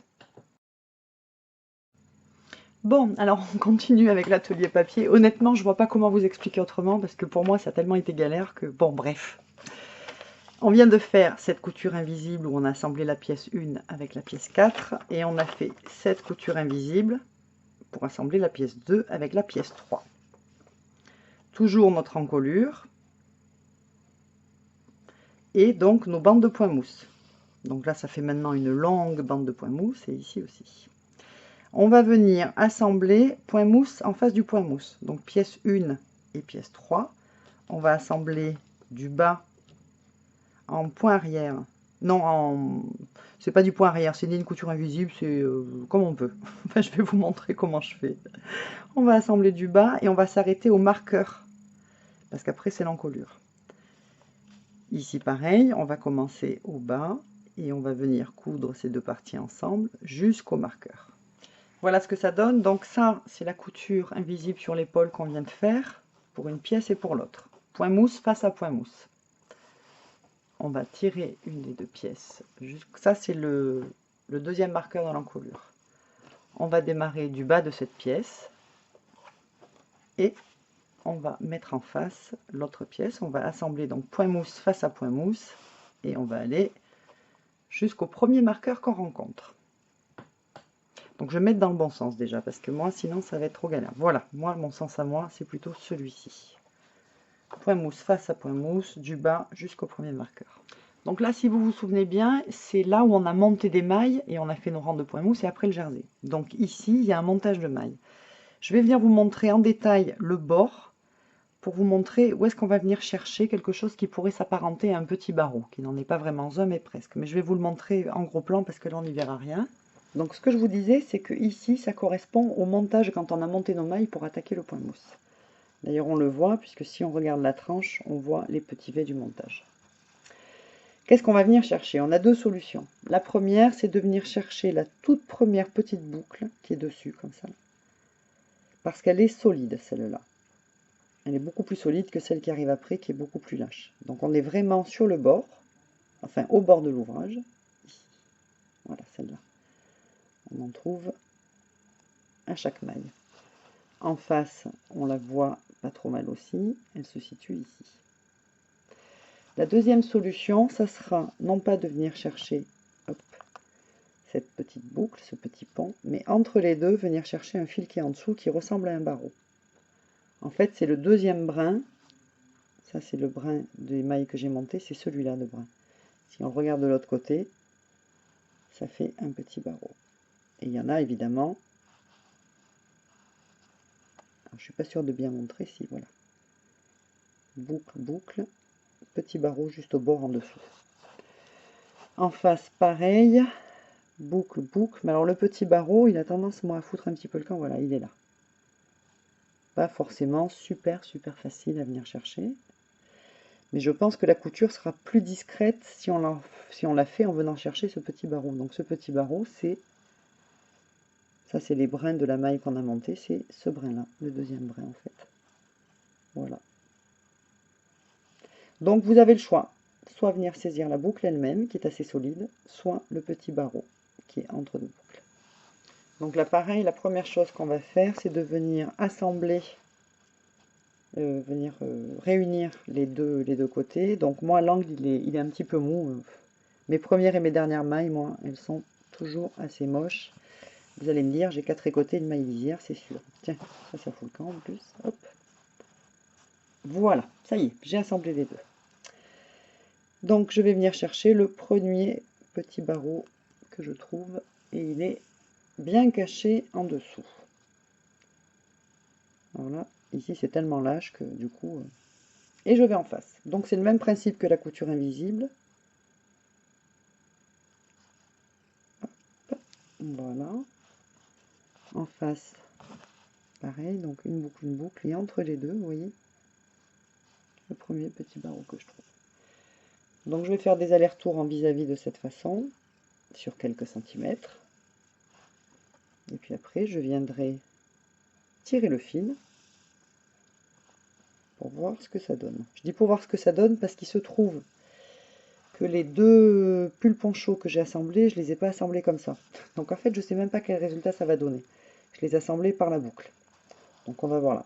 Ok, j'ai fait 2-3 cm à peine, je tiens et je tiens. Enfin, là, je vais tirer en fronçant parce que sinon, voilà. Et je défronce tant bien que mal. J'ai peut-être un petit peu trop froncé là. Ouais, il faut pas trop froncer. Il faut pas y aller comme un âne comme moi, hein, tout simplement. Bon, ça me semble pas mal. Ça me semble pas mal du tout. Donc je vais continuer sur quelques centimètres. Vous remontrer quand on fronce pas, enfin quand on tire pas comme un âne, comme je viens de le faire, pour voir si le résultat est aussi probant. A tout de suite. Bon, ben, j'ai fait un petit peu plus de chemin et ça se passe plutôt pas mal, donc je pense que je vais garder cette technique. Alors, je vais continuer à coudre, jusqu'à ce que j'arrive, est-ce que je vais le trouver, au premier marqueur que je rencontre d'un côté et de l'autre, et je m'arrêterai là, et puis on verra ensemble comment bien arrêter le point et camoufler le fil. Ok, bon, et ben j'arrive au marqueur, donc je tire mon fil une dernière fois. Je vais enlever les marqueurs parce qu'ils vont... Alors vous n'êtes pas obligé de les enlever si ça vous angoisse d'enlever un repère.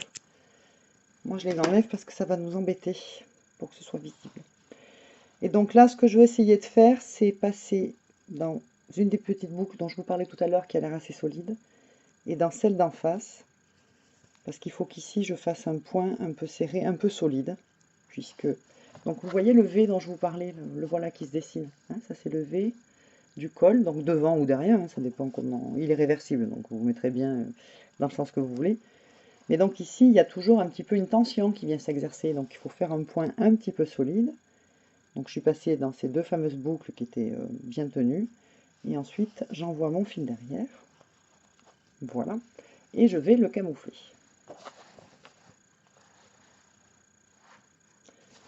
Voilà, donc je sécurise en faisant un petit peu du surplace. Donc là je suis très loin de mes yeux, je vous dis même pas. J'y vois pas grand chose. Voilà, je serre un petit peu quand même, hein, histoire que ça se dépasse pas. Et pour le reste, comme d'habitude, alors j'ai moins d'épaisseur là. Ça semble épais, mais j'ai pas tellement d'épaisseur. C'est-à-dire que directement, si je fais ça, là déjà je suis sur l'autre côté du travail. Bon, le fil est de la même couleur, mais enfin. Donc je prends vraiment, je viens passer de part et d'autre, vraiment des brins que je trouve dessus. Je cherche vraiment pas à rentrer dans ce que je crois être un bourrelet, parce que ça n'en est pas un en réalité. C'est juste les deux bords du point mousse qui se sont rapprochés. Voilà, hop. Je sécurise en faisant presque du surplace. Ok. Je fais courir sur quelques mailles seulement.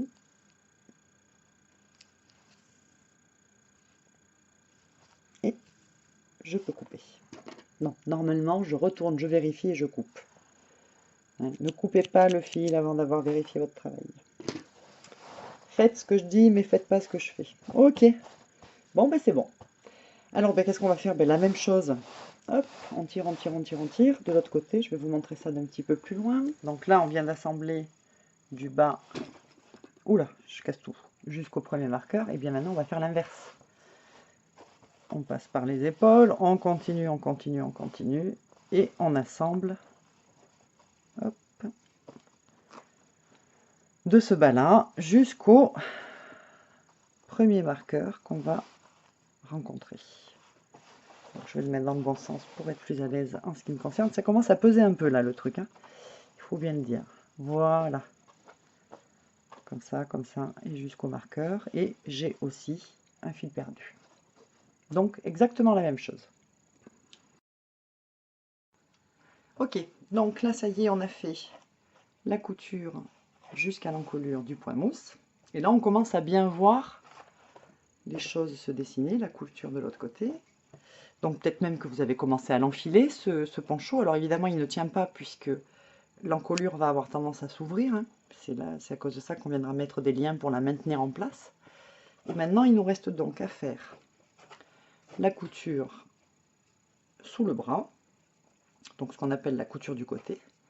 Voilà, qui va partir du bas du poncho jusqu'au premier marqueur qu'on rencontre. Okay. Ici, c'est là où passeront les bras. Et pareil donc en face, du bas du pull jusqu'au premier marqueur qu'on rencontre. Alors cette couture, on va la faire au point arrière et donc du coup, on va se mettre sur l'envers du travail. Ça veut dire que je retourne mon ouvrage complètement. Ok, comme ceci. Et je vais donc faire la couture du bas jusqu'au marqueur. Alors la première chose qu'on va faire, c'est qu'on va venir regarder sur la tranche, sur les tranches de chaque côté, comment ça se passe. Donc là, c'est là où on a rabattu les mailles. Alors la tranche, elle est un petit peu tournée, donc je la retourne. Et ce qu'on voit, c'est encore des V. Voilà, des V qui sont constitués de 2 brins. Un brin, 2 brins. Sur l'autre tranche, on a la même chose, on retourne un petit peu, et on voit les V qui sont constitués de 2 brins. Donc l'objectif de la couture arrière, au point arrière, ça va être de venir coudre en passant sous les brins de chaque V. Je vais peut-être y arriver ou peut-être pas. Voilà, comme ça. Alors j'ai mis en ligne une vidéo qui est très détaillée sur le point arrière. Là je vais vous montrer le principal. Je ne vais pas vous montrer tous les effets esthétiques qu'on peut obtenir avec le point arrière parce que ça serait beaucoup trop long. Surtout que je l'ai déjà fait en tuto, donc en tuto technique. Mais ce que je peux vous dire moi, c'est que je ne prends pas les 4 brins. Je ne prends pas ces 2 brins là, plus les 2 brins qui sont en face. Je n'en prends que 3. Il y a toujours un des brins que je laisse tomber. Donc j'en prends un ici sur les 2. Et de l'autre côté, je prends les 2. Voilà. Alors le principe de la couture au point arrière, c'est de venir avancer de 2 pas. Alors on dit que 1 pas, c'est une maille. Donc j'avance, mon fil sort d'ici par exemple. Hop. Tac. J'avance de 2 pas. 1, 2. Je passe dessous. Je viendrai prendre en face et je vais reculer d'un pas. J'avance de 2, je recule de 1. J'avance de 2, je recule de 1. Et je fais ça tout le long. Allez, je vous montre ce que ça donne. Donc je suis bien sur l'envers du travail. La partie qui n'est pas très jolie est ici. La partie jolie est à l'intérieur. Donc première chose, comme d'habitude, je viens assembler. Je viens... j'ai plus les mots, mais enfin vous comprenez ce que je veux dire. Accrocher les deux parties, arrimer les deux parties ensemble. Voilà. Donc là c'est fait. Donc je suis de ce côté, je vais avancer de 2 pas. Donc un pas, je vous le disais, c'est une maille. Donc 1, 2. Et je passe sous les 2 brins. Parce que moi je fais comme ça. Je fais 2 brins d'un côté, un brin de l'autre. Je regarde en face. Et je vais non pas passer sous les deux brins en face, mais un seul, celui qui est vers moi. Voilà. Je passe mon fil, mais je ne le tire pas complètement. Et ensuite, je reviens d'un pas. Donc je prends le brin, un seul brin de ce côté, et les 2 brins qui sont en face. Je passe mon aiguille, ensuite je tire le fil. Pas trop, mais juste assez. Donc je suis ici, j'avance de 2 pas. 1, 2. Je prends 2 brins et un seul des 2 brins en face. Je traverse, je tire, mais pas complètement. Et je reviens d'un pas. Je prends un brin seulement et 2 brins de celle d'en face. Je tire légèrement. Et je continue comme ça tout le long. 1, 2 pas. Bien que je prenne les brins comme il faut, voilà. En face, je prends qu'un seul des 2 brins. Vous voyez, le deuxième, il est caché à l'intérieur. Le deuxième, il est là. Je ne le prends pas. Je prends que celui qui est vers moi. Ça me fera un petit liseré sur le bord et j'aime bien. Mais si vous voulez plus de détails, oui, j'ai fait une vidéo là-dessus, il n'y a pas de souci. 1, et les 2 brins de la maille d'en face, et je tire.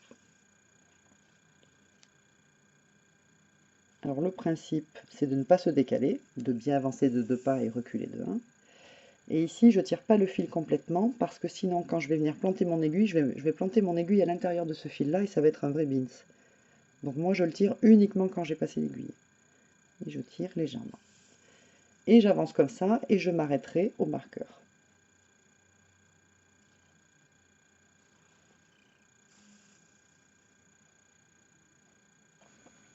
Alors j'arrive à la fin, 2 et 1. Ok. Donc je vais enlever les marqueurs pour pas qu'ils me gênent.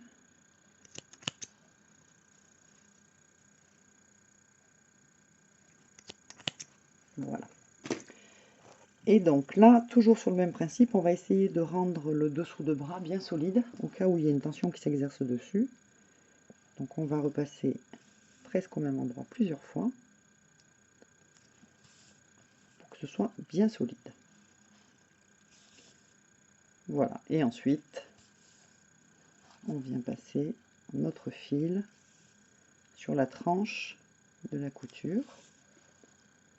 Voilà, jusque là. Un petit peu de surplace. Et là, c'est bon, on va pouvoir couper. Allez, on regarde de l'autre côté ce que ça donne. Ok, donc de l'autre côté, c'est ce que je vous disais. Le petit brin que j'ai pas pris quand je faisais ma couture au point arrière, au point arrière, je vais y arriver. J'ai faim. Alors attends, le petit brin que je prenais pas, et bien il se retrouve ici, et du coup ça nous fait un liseré, que je trouve plutôt sympa. Donc là j'ai fait ma première couture au point arrière, et je vais aller de l'autre côté faire la deuxième. Donc je vais me mettre de nouveau sur l'envers du travail.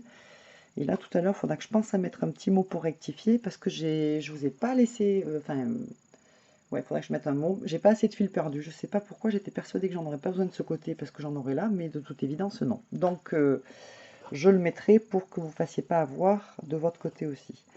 Allez, je fais cette deuxième couture au point arrière et puis ensuite, on va voir un petit peu ce que ça donne. Et puis, ce qui reste à faire, c'est-à-dire les franges qu'on va venir mettre le long des bras, de l'épaule jusqu'à la couture. Et puis ici, hop, donc ce col là, il est très large finalement, hein, ce col en V. Donc il va falloir trouver un moyen pour qu'il reste bien en place sur le haut des épaules. Voilà, donc j'ai fini les coutures et comme j'y m'y attendais, c'est un petit peu la catastrophe là. Mon pull poncho, c'est une robe poncho. Pourquoi? Parce que quand j'ai fait l'échantillon et que je suis venue donc compter le nombre de rangs, avant ça j'avais étiré mon échantillon et je l'avais bloqué. Ce qui a modifié évidemment le nombre de rangs pour 10 cm et le nombre de mailles. Donc ensuite, j'ai fait mes calculs et j'ai tricoté mes 4 parties en fonction de mon échantillon étiré, en me disant je vais bloquer les pièces correctement, donc c'est-à-dire les épingler aux bonnes dimensions, envoyer la vapeur. Et voilà, sauf que quand j'ai désépinglé mes pièces, elles sont revenues, le fil est revenu à sa taille normale, à ses dimensions de base si je n'avais pas étiré. Donc je me retrouve avec un poncho dont les épaules par exemple ne sont pas assez larges, mais qui par contre est super long. Hein, forcément, ça a modifié les choses. Bon, donc c'est une robe poncho et non pas un pull poncho. Je suis donc venue refaire quelques coutures, quelques centimètres de couture ici pour retrouver une encolure de 20 et quelques. Pareil, les emmanchures, je les ai rétrécies un peu parce qu'en fait elles arrivaient là, quoi. Forcément, hein, ça avait tout modifié. Toujours est-il que techniquement le tuto est toujours valable, donc on continue. Et maintenant, il nous faut faire les franges au niveau des emmanchures et il préconise aussi de faire des franges le long des coutures du côté.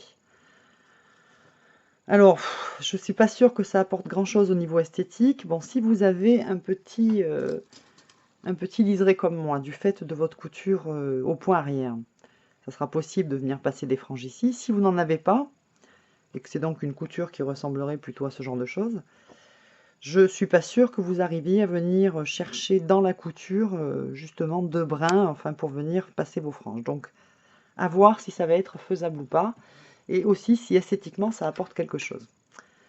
Donc on va commencer à faire les franges sur les emmanchures.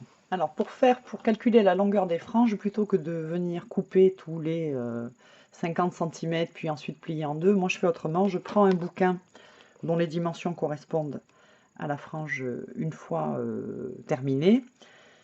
En fait ça fait un petit peu plus petit parce que quand vous venez passer votre fil ici, ça l'étire légèrement, vous voyez il rétrécit un petit peu, donc la frange sera légèrement moins longue que ça, mais en gros c'est à peu près ce que je veux. Donc je me mets ici et je vais faire le tour. Ça me fait une frange avec 2 brins. Et ça me fait une frange avec 4 brins. Donc là, j'ai déjà fait une frange. Je vais en faire 3 pour laisser. 1, 2, ça fait 2 franges. 1, 2, ça fait 3 franges.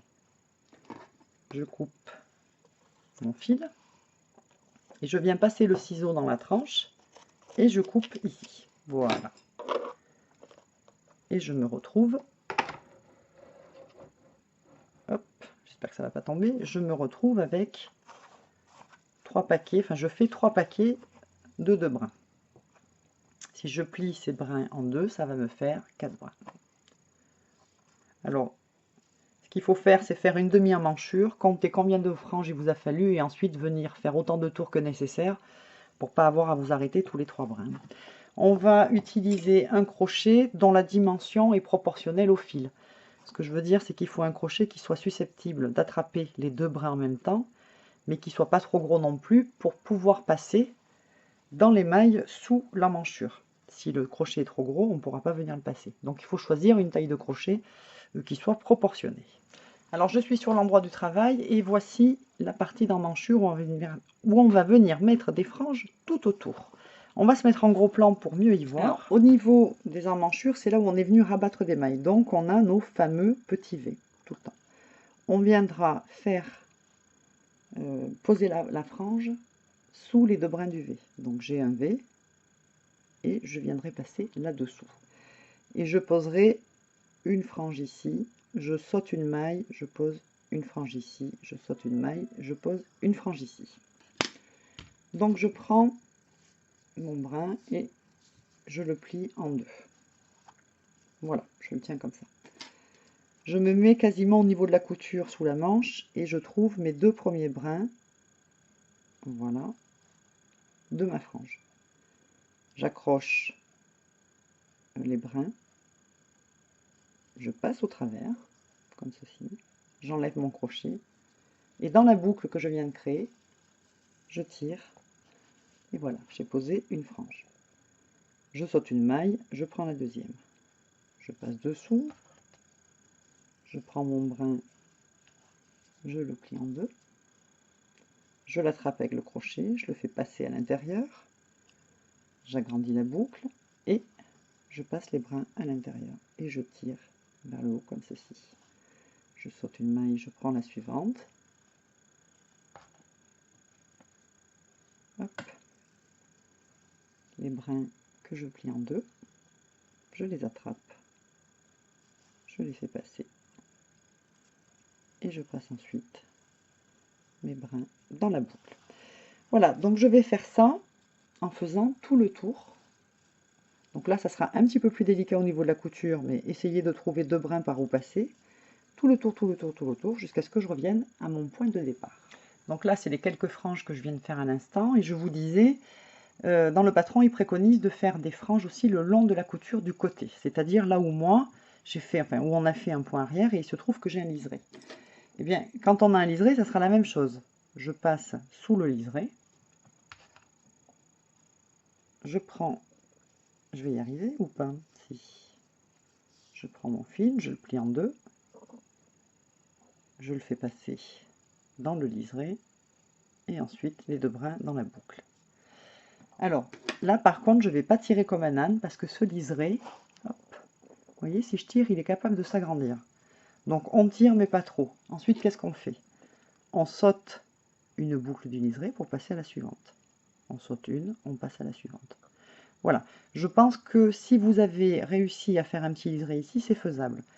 Sinon, il va falloir essayer de trouver le plus au bord possible, ou même sur la couture elle-même, des petits V ou des petits brins par-dessous lesquels passer pour venir chercher votre frange et la passer à l'intérieur. Et à mon avis, ça va être nettement plus galère.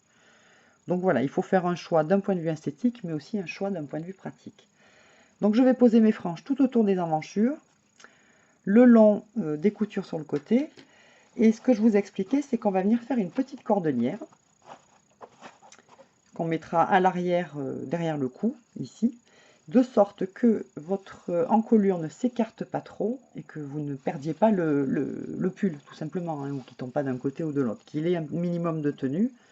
Donc on fera une petite i-corde pour ça.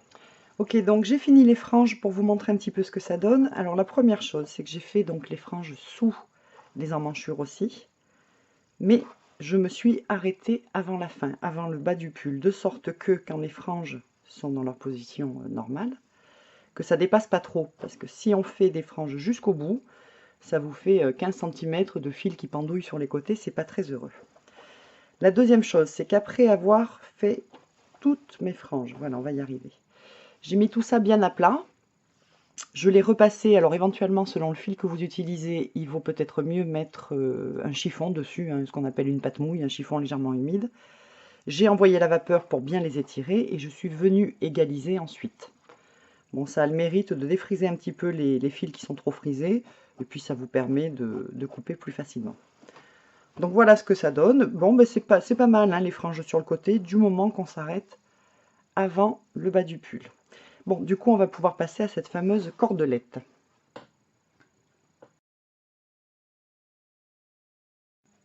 Alors, la première question qu'on peut se poser, c'est de savoir si c'est bien nécessaire. Alors, je vais vous dire, moi, ce que j'en pense. Là, j'ai fait une cordelette en i-corde. Je trouve pas ça esthétiquement vraiment super génial.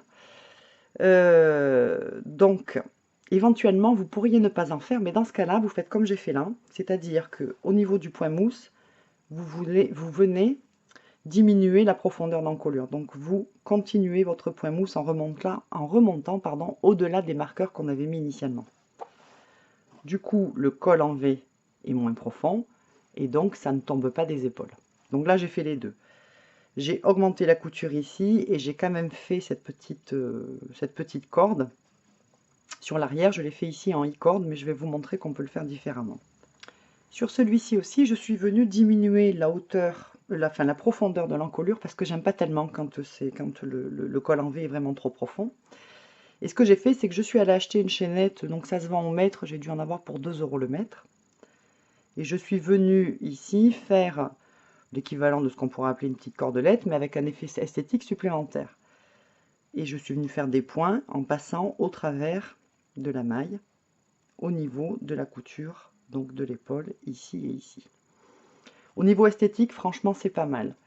Comme c'est suffisamment souple, ça ne me gêne absolument pas. J'aurai peut-être deux difficultés. La première, c'est que va donner la couleur de cette chaînette avec le temps. C'est pas de l'argent, hein, c'est très clair. Donc du coup, je me pose la question. La deuxième chose, c'est que quand je vais laver ce poncho, pardon, il faudra que je pense à le mettre dans un sac de lavage pour que cette chaîne ne soit pas arrachée par le reste du linge. Voilà, c'est tout bête, mais c'est le genre de choses. Et puis alors si ça l'arrache, je pense que ça va vraiment abîmer le pull. Alors vous pouvez faire la même chose avec de vieilles chaînes que vous avez à la maison dont vous ne vous servez plus.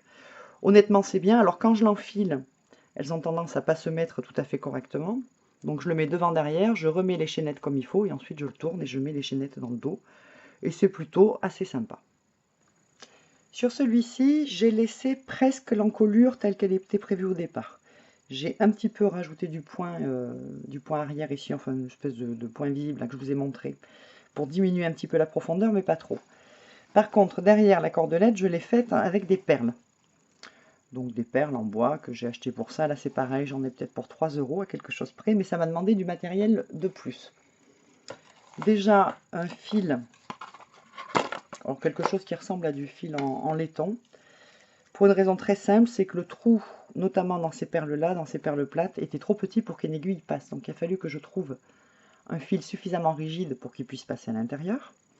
Peut-être qu'un fil de pêche pourrait faire l'affaire, je ne sais pas. Ça, c'est un investissement de plus qui... Alors bon, moi je l'avais parce que j'avais réparé le collier de quelqu'un, mais ça fait de l'investissement. Ensuite, pour venir fixer ici, j'ai utilisé, alors je ne sais même pas comment ça s'appelle. J'aurais peut-être pu le préparer avant ça. Voilà, donc c'est avec un petit trou, on vient coincer, hop, je vais y arriver, le bout du fil à l'intérieur, on replie les petites pattes, et c'est ce qui fait qu'on va pouvoir venir le fixer avec un point. Ça nécessite aussi d'avoir un petit peu genre des pinces d'électricien pour venir plier les petites pattes pour que ce fil qui est en acier là soit bien tenu.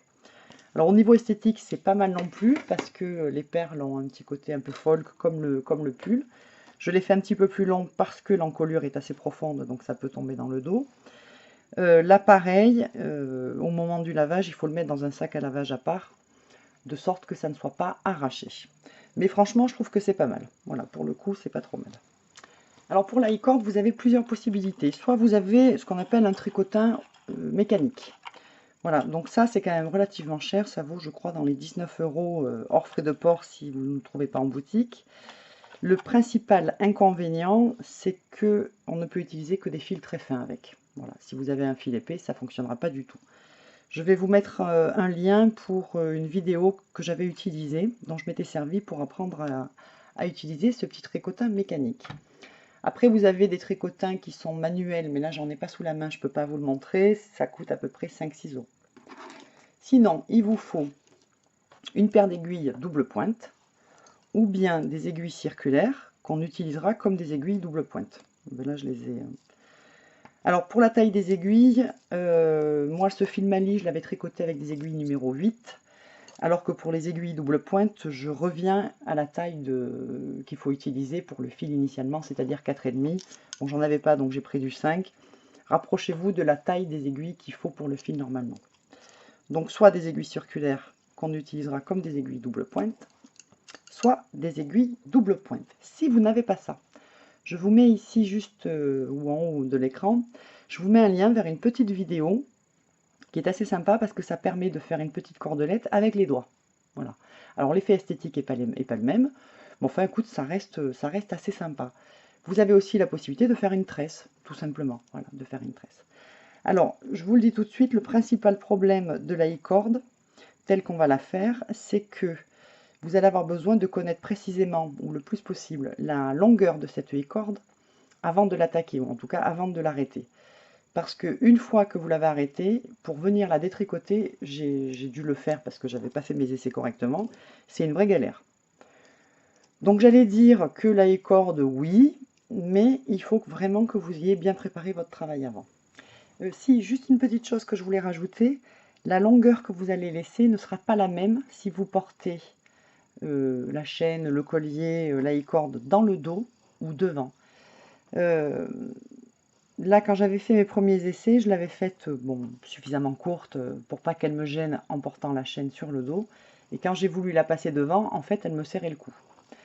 Donc, ce que je vous propose de faire, si vous voulez l'utiliser une fois devant, une fois derrière des deux côtés, c'est de faire vos essais sur le devant. Elle sera donc légèrement plus longue, ce qui ne pose pas de problème pour le dos. Ça pendra un petit peu plus dans le dos, mais au moins devant, ça ne vous gênera pas. Voilà. Ça, c'est assez important, hein, parce qu'il y a quand même une assez grosse différence de sensation. Et si votre chaîne est trop courte, vous ne pourrez jamais le mettre devant. Je me laisse suffisamment de fil perdu pour être à l'aise pour pouvoir faire mon petit point de couture à la fin. Donc peut-être 20-25 cm, c'est vous qui voyez. Un nœud coulant qui va constituer la première maille que je monte. Il m'en faut 4 en tout. Donc 1, 2, 3 et 4. Je passe directement les mailles de l'autre côté de l'aiguille, de sorte que le fil avec lequel je tricote soit sur la dernière maille et non pas sur la première. Regardez, là je suis prête à tricoter. Donc ce fil qui mène à la pelote devrait être sur la première maille, et bien il est sur la dernière. Et c'est ça le secret. C'est en amenant ce fil sur la première maille pour tricoter que ça va donner cet effet tube. Donc je tricote à l'endroit mes 4 mailles tout à fait normalement. J'avais un petit peu serré là, je crois, comme d'hab. J'ai tricoté mes 4 mailles, avec le fil perdu, je tire un peu. Et tout de suite, hop, je les passe sur l'autre côté de l'aiguille. Mon fil qui mène à la pelote est bien sur la dernière maille, je peux y aller. Et je tricote mes 4 mailles. Donc je répète cette opération autant de fois que nécessaire jusqu'à ce que j'arrive à la longueur qu'il me faut. Je tire un petit peu et je fais glisser de l'autre côté et je recommence. Alors je vais vous montrer avec des aiguilles circulaires, c'est exactement la même chose, mais je ne voudrais pas que vous ayez des doutes. Donc je vous montre ça rapidement. C'est le même principe avec des aiguilles circulaires. Je me laisse du fil perdu. Je monte mes 4 mailles. 3 et 4. Et j'emmène ces mailles sur l'autre aiguille. Hop. Voilà. Je récupère l'autre bout. Mon fil est bien sur la dernière maille et non pas sur la première. Et je tricote à l'endroit mes 4 mailles tout à fait normalement.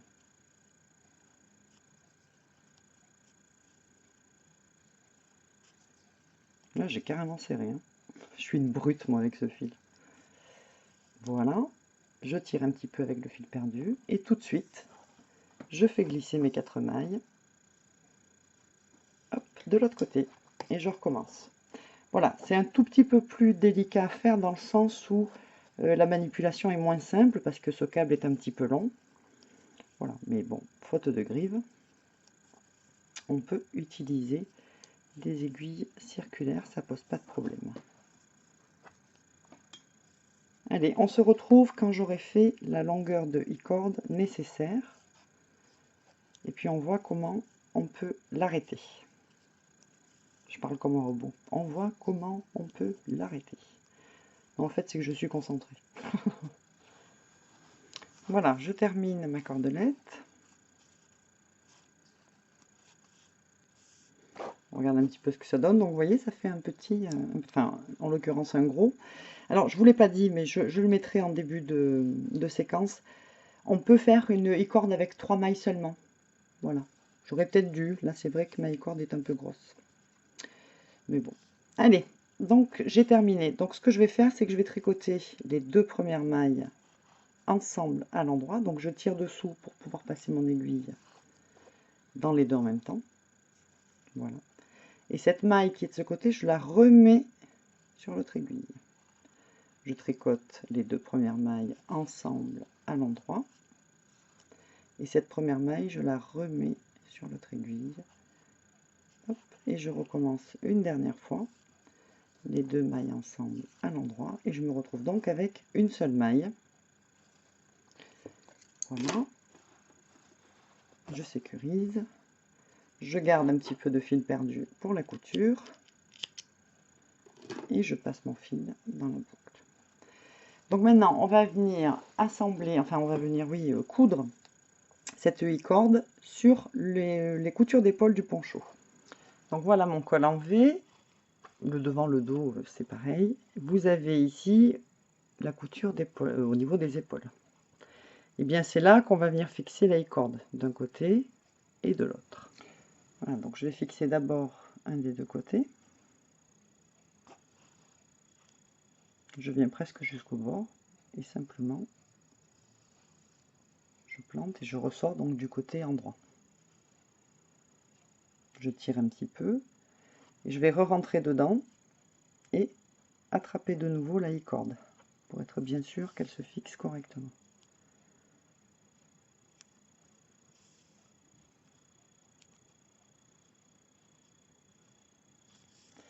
Voilà.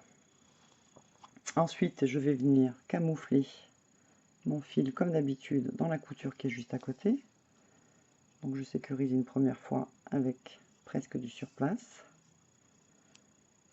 Je fais courir et je coupe. Non, je fais courir, je vérifie mon travail et je coupe. Alors ne tirez pas trop là, sinon vous allez froncer.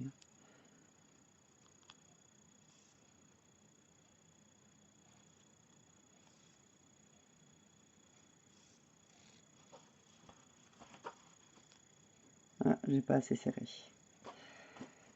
Donc là, je devrais défaire et recommencer. Mais vu que de toute façon, je sais que cette robe poncho, puisque c'est pas un pull poncho, hein, elle m'arrive pas jusqu'au genou, mais presque. Non, je plaisante, c'est un petit peu excessif. Comme je sais que je le mettrai pas et que je vais même devoir tout défaire, si vous voulez, je me prends pas trop la tête. Donc là, pareil. Non, je me suis mise un petit peu trop loin du bord. Ah là là, vous me voyez faire mes essais en direct, c'est un vrai bonheur. Ok, donc un peu plus au bord quand même. Voilà. Je tiens bien et...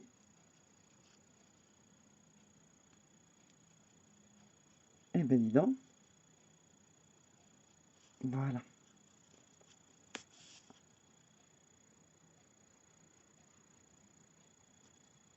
Elle est raide la laine. On fait voir.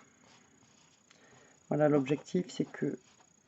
Au moins elle est très longue là évidemment. Elle est vraiment très longue. L'objectif c'est que ce soit bien au niveau de la couture et que ça se voit pas quoi. Tout simplement. Allez, on fait le bilan. Très mitigé hein, pour ma part bien sûr.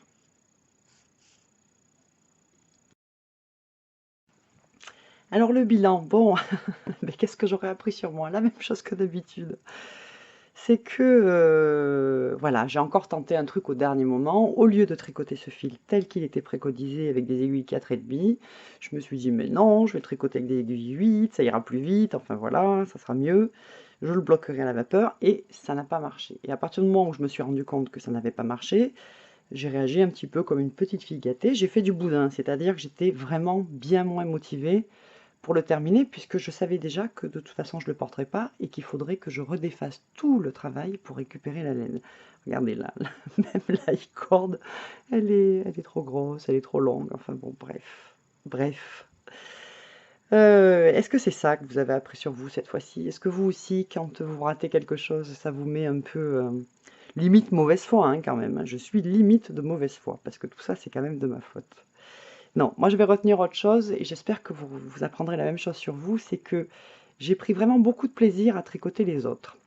Déjà pour le choix des laines, des couleurs, de la douceur, etc. Mais aussi parce que du coup je me suis amusée à faire quelques petits essais qui ont été assez concluants. Et peut-être que vous aussi vous apprendrez ça, c'est que quand on travaille et qu'on met en œuvre un petit peu de créativité, hein, tout doucement à notre niveau, quand on apporte notre touche personnelle en plus de la Tricot Touch, et ben du coup on prend énormément de plaisir. Donc voilà, j'espère que ça sera la morale de votre histoire à vous aussi. En attendant, ben, bon tricot et puis à bientôt pour un nouveau tuto tricot.